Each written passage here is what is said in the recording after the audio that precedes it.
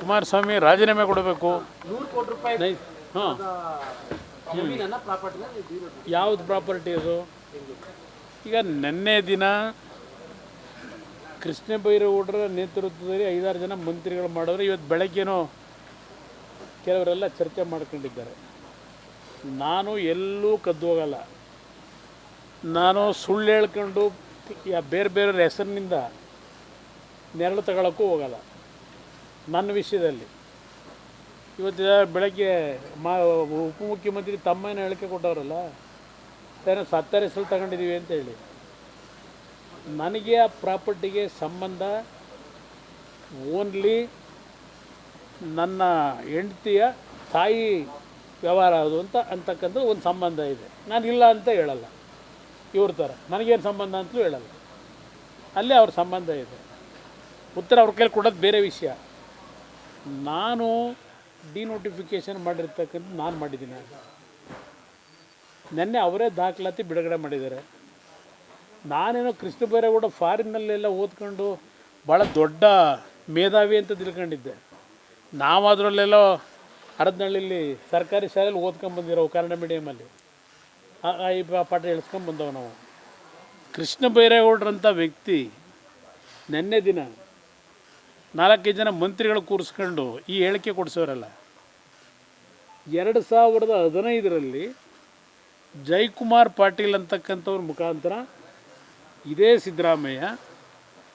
ಸಿದ್ದರಾಮಯ್ಯನ ಪಟಾಲಂಗಳು ನನ್ನ ವಿರುದ್ಧ ಕೇಸ್ ಹಾಕ್ಸಿದ್ದು. ಅದರಲ್ಲಿ A1 ಯಡಿಯೂರಪ್ಪನವ್ರನ್ನ ಮಾಡಿದ್ದಾರೆ, A2 ನನ್ನ ಮಾಡಿದ್ದಾರೆ. ಇದು ನಾನೇನೋ ಅಧಿಕಾರ ಬಿಡೋ ದಿನ ಅಂತ ಹೇಳಿದ್ದಾರಲ್ವೇ, ಇದೆಲ್ಲಪ್ಪ ಇದು ಕೊಟ್ಟಿದೆ ಪ್ಯಾಡು ಇದು. ಆಮೇಲೆ ಇದೊಂದು ಮಜಾ ಇದೆ, ನಿಮಗೆಲ್ಲ ಸಿಕ್ಕಿರ್ಬೇಕೇನೋ ಇದು. ಕೃಷ್ಣ ಬೈರೇಗೌಡರಿಗೆ ನಾನು ಹೆಬ್ಬೆಟ್ಟು ಅಂತ ಗೊತ್ತಿರಲಿಲ್ಲ. ಕೃಷ್ಣ ಬೈರೇಗೌಡರನ್ನ ಪಾಪ ಫಾರಿನ್ ರಿಟರ್ನ್ ಅಂತ ತಿಳ್ಕೊಂಡಿದ್ದೆ. ಇದೇನಿದು? BSY ಮತ್ತು HDK ಜಂಟಿ ಡಿನೋಟಿಫಿಕೇಷನ್ ಹಗರಣ, ಲೋಕಾಯುಕ್ತ ಸಂಸ್ಥೆಯ ವಿಳಂಬದ ಕುರಿತು ಟಿಪ್ಪಣಿ. ಯಾರು ಟಿಪ್ಪಣಿ ಬರ್ಕೊಟ್ಟಾರೆ ಇವರಿಗೆ? ಈ 4 ಜನ ನನ್ನ ಮಂತ್ರಿಗಳಿಗೆ. ಇದನ್ನು this note contains 3 things: who can address what,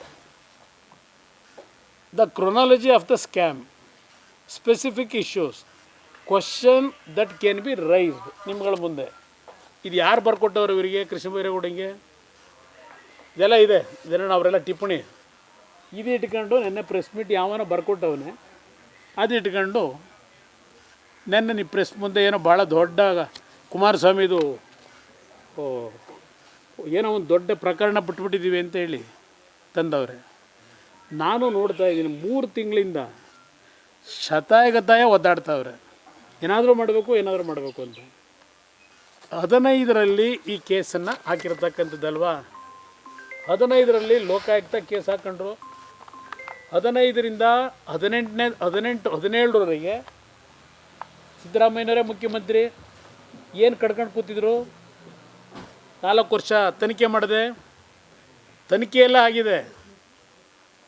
ಇದರಲ್ಲಿ ಯಾರ್ಯಾರು ಏನೇನು ಪಾತ್ರ ಕಳೆದ 6 ತಿಂಗಳಿಂದ ಏನೇನು ನಡೆಸ್ಕೊಂಬಂದರು. ನಾವು ಯಾವಾಗ ನಿಮ್ಮ CSR ಫಂಡು ನಿಮಗೆ ಇವೆಲ್ಲ ಶುರು ಮಾಡಿದ್ವಲ್ಲ, ಇವ್ರದ್ದು ಟ್ರಾನ್ಸ್ಫರ್ಗಳದು, ಕುಮಾರಸ್ವಾಮಿನ ಯಾವ ರೀತಿ ಹಿಡಿಬೇಕು ಅಂತ ಹೇಳಿ ಪಾಪ ಎಷ್ಟೆಷ್ಟು ಮೀಟಿಂಗ್ ಮಾಡಿದ್ದೀರಿ. ಅವನು ಯಾವನ ಸುಬ್ರಹ್ಮಣ್ಯೇಶ್ವರ ರಾವ್ ಅಲ್ವೇ, ಹೆಸರನ್ನೇ ಹೇಳ್ತೀನಿ.